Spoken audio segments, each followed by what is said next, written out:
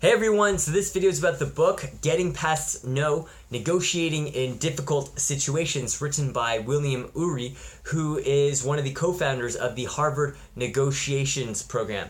And in this video, I'm going to share with you 5 tips or tactics that he talks about in the book. Now, the very first tactic or tip, or whatever you want to call it, is never make spot-on decisions. So don't make spot-on decisions. Now, the reason for that is that when you are faced with some sort of proposal, your emotions are probably really high, or you're probably thinking, you know what, this deal is only available now, and you kind of succumb to the scarcity bias, where it's like, oh, I gotta act now or else it's gone.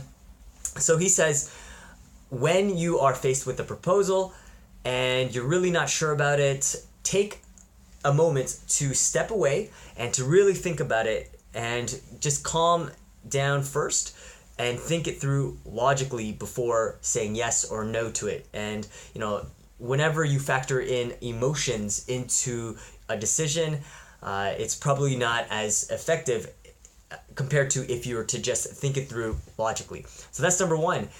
Just don't make spot-on decisions. Number 2 is to disarm emotions.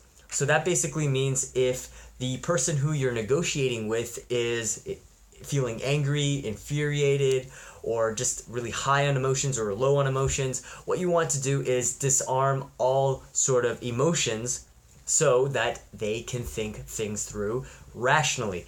Have you ever experienced arguing with someone, and you're just in a heated debate, and then after you're just kind of saying or arguing about other things, or bringing other things that aren't really relevant to what you're arguing about, and that's because you or the other person are really high on emotions, and you're really angry, or you're really infuriated or upset, and then you're just bringing in all these things that logically doesn't really add to the argument or the negotiation. So yeah, number 2 is to disarm their emotions. That way you can logically talk through the emotions.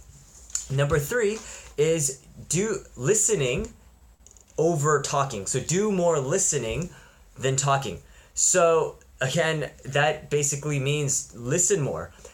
You can't really come to the best outcome without listening to their proposal, their position.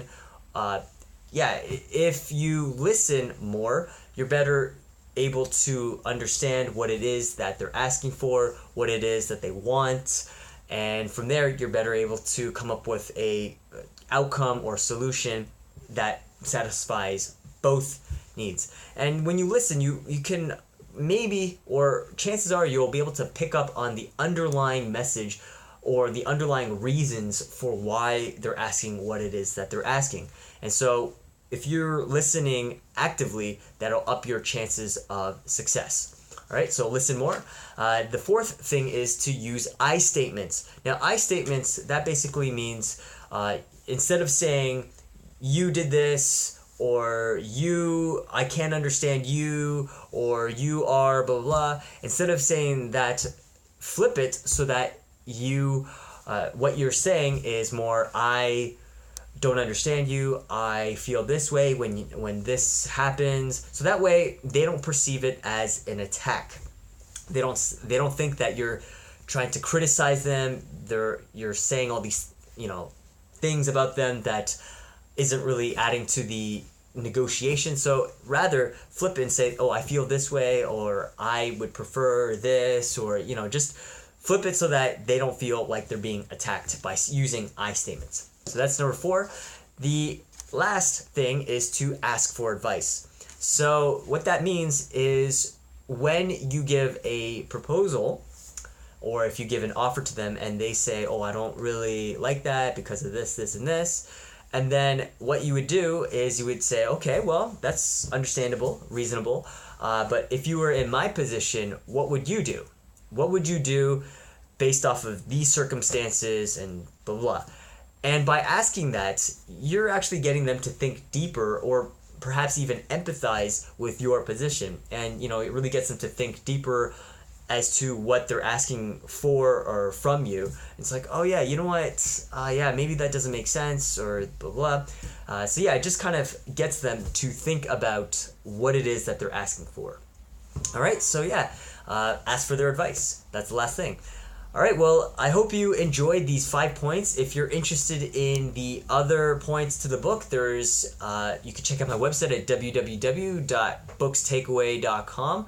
Yeah, so you can check out the more points to this book or other books I've reviewed or talked about. Yeah, if you're interested in the book, there's a link down below. And thank you for watching, and I'll see you again in the next video. Bye for now.